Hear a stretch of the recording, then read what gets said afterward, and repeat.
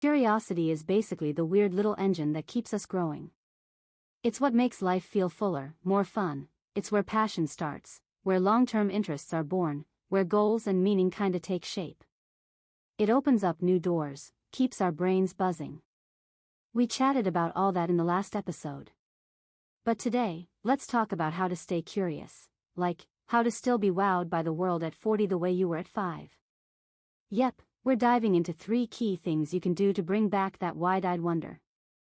This is part 2 of our Little Curiosity series. Last time, I said curiosity is kinda like mental hunger.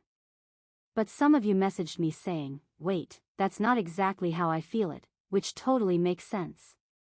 Real-life experience doesn't always match theory perfectly, right? Thing is, just like regular hunger or any strong craving, curiosity shows up differently depending on the situation. We actually experience it in 4 different ways, or 4 types of curiosity, if you will. Some are like the default setting, and others are more like being in a special mindset. So when you get really into a topic or want to dive deep into something specific, that's a more focused kind of curiosity. That's the kind I was talking about in the last episode, when you're itching to fill a knowledge gap. But of course, that's not the only type of curiosity out there. Sometimes it hits different, more like a craving for something new. A need for variety, stimulation, excitement. It's like the world turns into this massive buffet, offering a little bit of everything. And yeah, I love my grandma's mac and cheese. It's cozy, familiar, nostalgic. But sometimes you just want to try something totally different, right? This kind of curiosity shows up in those small everyday choices. Picking up a new book, watching a movie you've never seen, chatting with someone new, following a fresh creator, buying something random just because it feels different. You're basically chasing fresh or forgotten feelings. That's what we call diversive curiosity, the hunger for variety. And honestly, these 2 basic types of curiosity, the focused one and the diversive one, they stick with us for life. Most of the stuff that grabs our attention day to day comes from one of these 2. And here's the thing, they don't need any special training. They've got autopilot mode. But when we talk about the curiosity that fuels explorers, inventors, the people who are constantly learning and reshaping the world, now that's a different beast. That's the kind worth working on. The kind that keeps our brain in top shape. I'm talking about perceptual and epistemic curiosity. Perceptual is when we're drawn to raw experience, new colors, textures, sounds, tastes.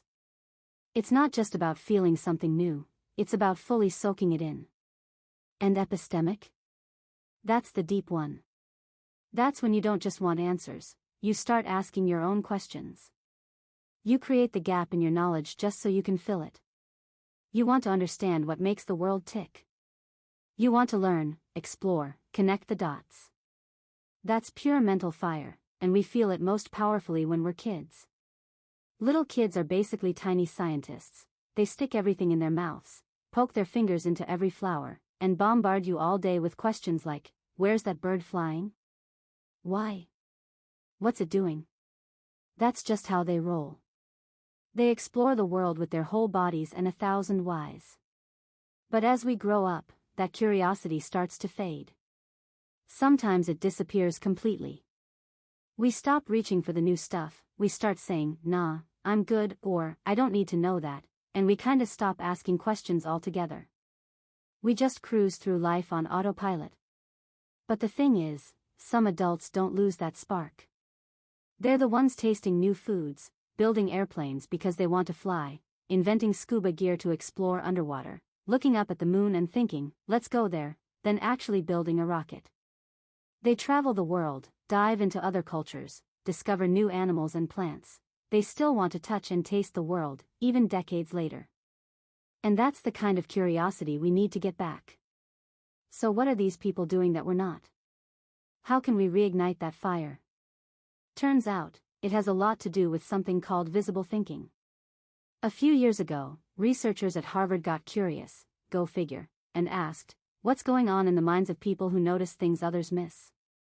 They dug into how these people think, built models, and found one big common thread: their thinking is visible.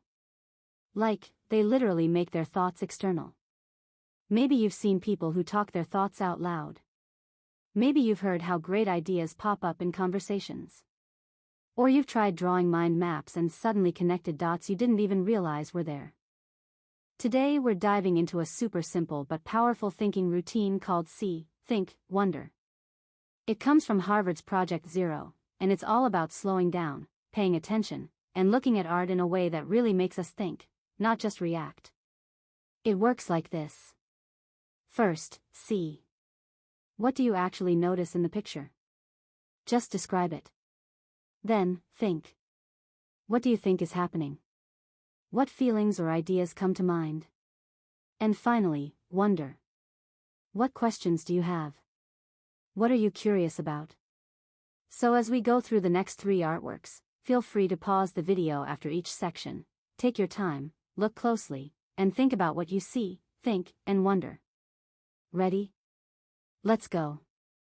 First up, Massacre in Korea, by Pablo Picasso, 1951. See. On the left, you'll see a group of women and children. On the right, faceless soldiers aiming guns at them. No real background. Just that one chilling moment before violence. Think. This painting is a raw, emotional protest against war. The soldiers look robotic, not people, but parts of a killing machine. The women and kids? They're painfully human. Picasso's showing us the horror of war in its most basic form. Wonder. Why are the soldiers so dehumanized? Why paint the moment before the attack instead of the aftermath? Could this scene represent any war, not just Korea? Feel free to pause the video and take a moment to really look at the painting. Next, Soft Construction with Boiled Beans, by Salvador Dalí, 1936. Also known as Premonition of Civil War. See. There's this bizarre, twisted body, it's tearing itself apart.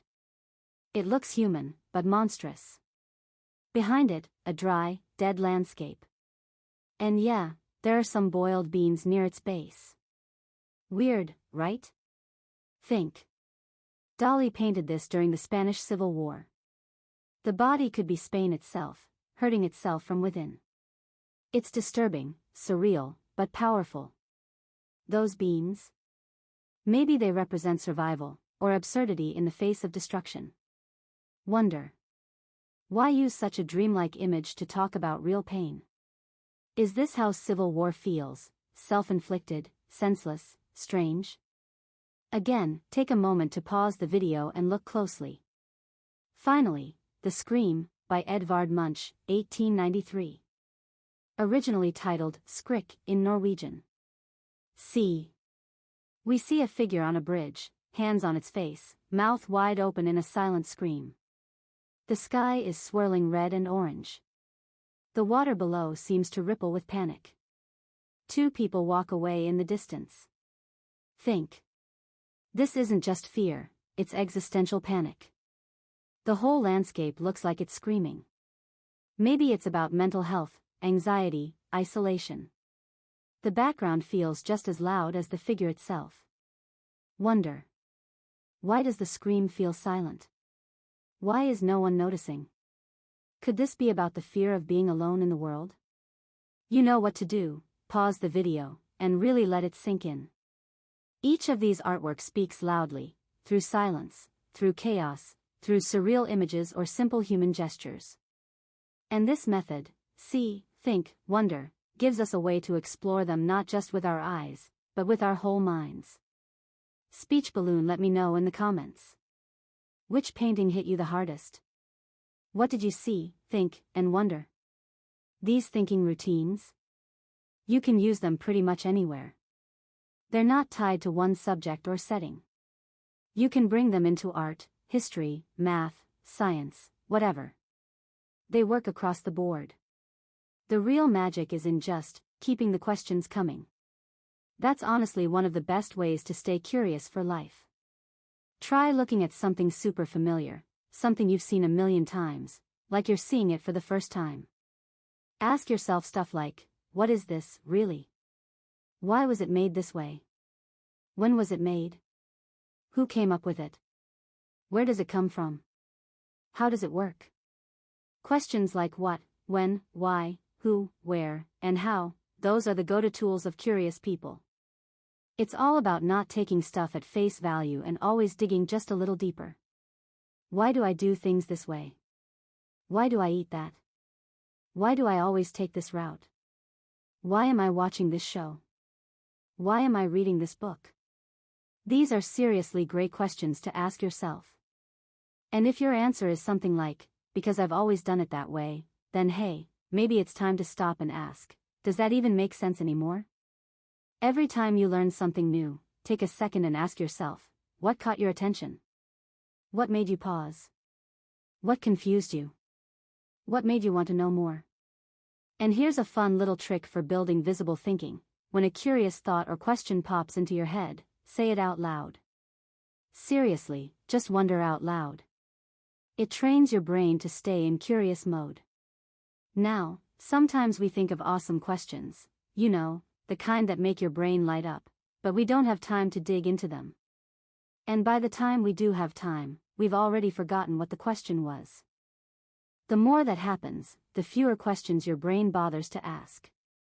Like, what's the point if they just disappear, right? And that's exactly how we slowly lose our curiosity. But there's a fix. Make yourself a little curiosity hub, something like a Wonderwall. It's just a space where you write down every random question that pops into your head, all the stuff you're curious about but don't have time to explore right now. Later, when you do have a free moment, you can check out that list instead of doom scrolling. And bonus, over time, you might start spotting patterns, themes or topics that keep coming up. That's how a tiny spark of curiosity can turn into a full-blown passion. Oh, and how you search for answers. That matters too. The way we look stuff up can either fuel our curiosity, or totally kill it. These days, we've kinda picked up this bad habit, getting all the advice and answers before we've even asked a single question. We're always chasing answers, not questions. All those endless posts, reels, stories, TikToks, they just keep flooding us with info, non-stop. But here's the truth. Good ideas are born in curious, questioning minds. They don't come from stuffing yourself with pre-made answers, they come from asking. So don't just search for info, go hunting for the questions. The problem is, when we know absolutely nothing about a topic, it's hard to even get started. We can't tell if it's interesting or just, meh. But the flip side? If we already know too much, we don't feel that hunger to learn more, no curiosity, no spark. Curiosity lives in that sweet spot right in the middle, not knowing too little, not knowing everything. Ian Leslie calls it the zone of proximal learning, or simply, the curiosity zone. So if we're talking about personal growth, the key is to hang out in that curiosity zone as much as possible. How? Keep exploring stuff you kind of know, but not too well. Read things from different fields, ask yourself what, why, when, where, and how, all the time. Like, say you stumble on a cool reel showing how light creates illusions. Instead of just going, oh, neat, try thinking, why does it do that? How does light act like that? Times we see something that surprises or amazes us, and then, that's it. We just move on. But we shouldn't. That moment of, whoa, cool. That's when we've just stumbled into the curiosity zone. And to keep that spark going, we've got to stay in it. So instead of scrolling to the next video, ask yourself, wait, why does that happen? How does it work? What's really going on here? Then go actually look it up. Chase that question. But what if you already know a lot about the topic? Like, you've been working in the field for years and you're basically an expert. That's when curiosity can start to fade, and boredom creeps in. And when boredom takes over, we stop enjoying the process. Eventually, we even lose the motivation to keep showing up for work. So, how do you get back into the curiosity zone when you've kinda outgrown it? Margarita Sampaio suggests adopting something called beginner's mind. Or like Socrates might have put it, I know that I know nothing. Basically, assume that even if you do know a lot, you still don't know everything. Get back to that mindset of, I have so many questions. And the cool part? Because you are an expert, your questions will be even sharper and deeper. Look at the things you already know. The things you do every day. Then start asking why all over again. Build yourself that same Wonderwall we talked about, and start breaking down your own thoughts, habits, and reactions. Why do I do it this way? Who even said that's the right way? Who came up with this? How did they come up with it? Can it be improved? What else can I learn about this? How could I use this in a totally different field? Or better yet, take a look outside your usual space. Peek into other industries or topics and think, how could that idea work in my world? Run experiments. Stay curious. Keep asking questions, always. That's all for today. And hey, if you enjoyed this episode, don't forget to like, subscribe, and share it with a curious friend.